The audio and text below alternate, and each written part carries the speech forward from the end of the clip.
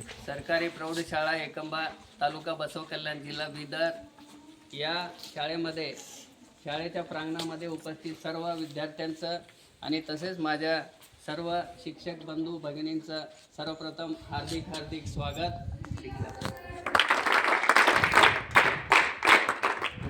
आज दिनांक 17 डिसेंबर आज आपल्या शाळेमध्ये जैविक किंवा सेंद्रिय खत आणि रासायनिक खत या दोन खतामधील फरक आणि कोणत्या खतापासून आपल्या पिकांसाठी आणि झाडांसाठी उपयुक्तता आहे हे आपण शिकणार आहोत।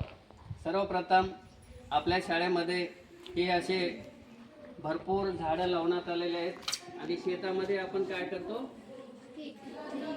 पेरणी करून पिकांची वाढ करतो, नाही का। मग पिकांसाठी दोन प्रकारचे खत वापरतात। सर्वप्रथम पहिला खत कोणता, सेंद्रिय खत, आणि दुसरा खत रासायनिक खत। सेंद्रिय खत कशापासून तयार होतो, गुरांच्या शेणापासून, गोमूत्रापासून, आणि रासायनिक खत वेगवेगळ्या केमिकलपासून, नाही का।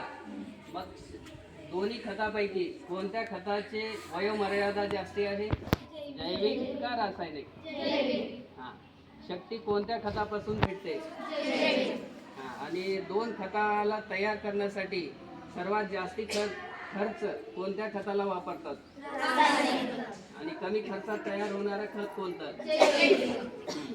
मग झाडांसाठी आपण जैविक खत तयार करण्याची प्रक्रिया कशी आहे, तर गुरे, म्हशी, गाय, शेळी यांचे शेण आणि गोमूत्र एकत्र करून कशामध्ये घालतात, एका खड्ड्यामध्ये, त्याला आपण काय म्हणतो, उकरडा असं म्हणतो। त्या उकरड्यामध्ये दुसरा आणि काहीतरी शेतामधलं घालतो का, घालतो, काय वेचून पालापाचोळा किंवा कचरा एकत्र केलेला आणून कशामध्ये टाकतो, उकरड्यामध्ये, आणि त्याच्यामध्ये काय मिक्स करतो, शेण आणि मूत्र, नाही का, गोमूत्र आणि शेण हे मिक्स करून आपण 1 वर्ष ठेवल्यानंतर ते जे खत तयार होते त्याला काय म्हणतो आपण, सेंद्रिय खत किंवा जैविक खत असे म्हणतो, नाही का। मग त्या खताचा वापर आपण कसं करतो, छोटे लहान झाडं लावते वेळेस त्याच्या खड्ड्यामध्ये आपण ते शेणखत आणून घालून मग झाड लावतो। त्यानंतर रासायनिक खत कसं करतो, थोड्या प्रमाणात वापरावं लागतो सुरुवातीला, नाहीतर झाडांची काय होते, जाळण होते, झाड वाळून जातो। यानंतर दुसरी एक प्रक्रिया आहे, त्याच्या पुढील प्रक्रिया जैविक खताची। गोमूत्र किंवा शेळीचं किंवा म्हशीचं जे गोमूत्र असते ते एका बॉटलमध्ये घ्यायचं असं, आणि त्याच्यामध्ये काय घालायचं, गूळ घालायचं, गूळ खायचं, गूळ माहिती आहे ना कसं लागते, गूळ तिखट का गोड, घालून किती दिवस ठेवायचं ह्याच्यामध्ये, 15 दिवस किंवा 1 महिना ठेवायचं। ठेवल्यानंतर काय करायचं, त्याला हलवायचं व्यवस्थित, हलवून काय करायचं, 1 लिटर बॉटल किंवा त्याच्यापेक्षा कमी असलेली बॉटल घ्यायचं आणि बकेटभर पाण्यामध्ये काय करायचं, असं मिक्स करून घ्यायचं। मिक्स करून घेतल्यानंतर काय तयार झालं, एक प्रकारचं सेंद्रिय खत तयार झालं। मग हे पाण्यात कशामुळे मिक्स केलं आपण,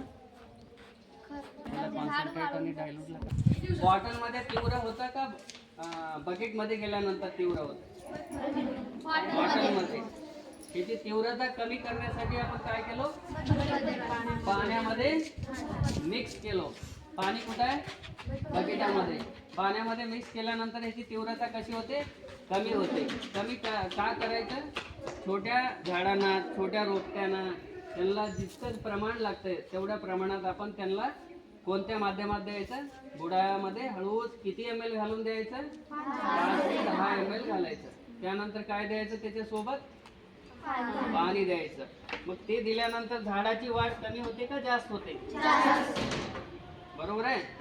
मग ह्याला काही खर्च आलाय का, फक्त 1 बॉटलच्या मागे 50 किंवा 100 ml गुळ लागतो, त्या गुळाला पैसे देण्यासाठी तेवढाच खर्च आहे। मग केमिकल खतासाठी एवढ्या प्रमाणात जर आपल्याला हे खत किंवा रासायनिक खत तयार करायचं असेल तर जवळपास 200-300 रुपयाचा खर्च येतो. म्हणजे आपल्याला फुकट भेटते का नाही? खेड्यागावात तर भरपूर भेटते. मग याच्यापासून देण्यात आल्यानंतर तो घालते. आता बघा, पहिला डोस ललिता वर्ग 8वा कोणत्या झाडाला पहिला डोस देत आहे? गुलाबाच्या. हे गुलाबाच्या झाडाचं वय किती आहे?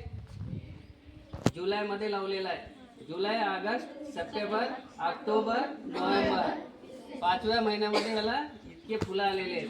हे कशाचा परिणाम आहे? जैविक खताचा का रासायनिक खताचा? दे डोस.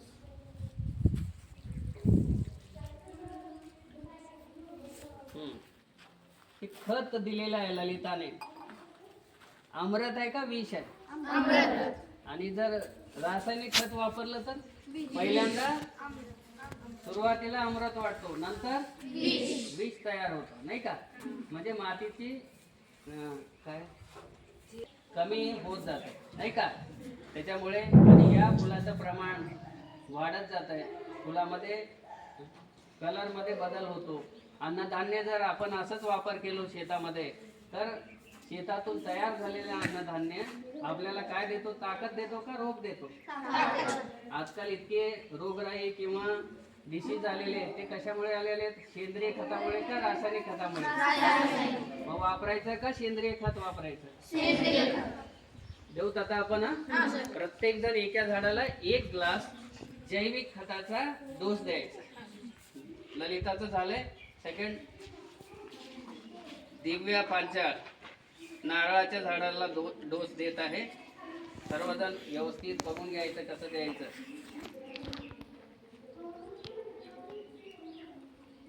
चला, एकदम बुडात थोडं झाला लागलं. हा, बुडामध्ये सदाफुलीच्या झाडाला जैविक खताचा डोस देत आहे. तुम्हाला काय समजला? कशाचे महत्व समजले? ओके.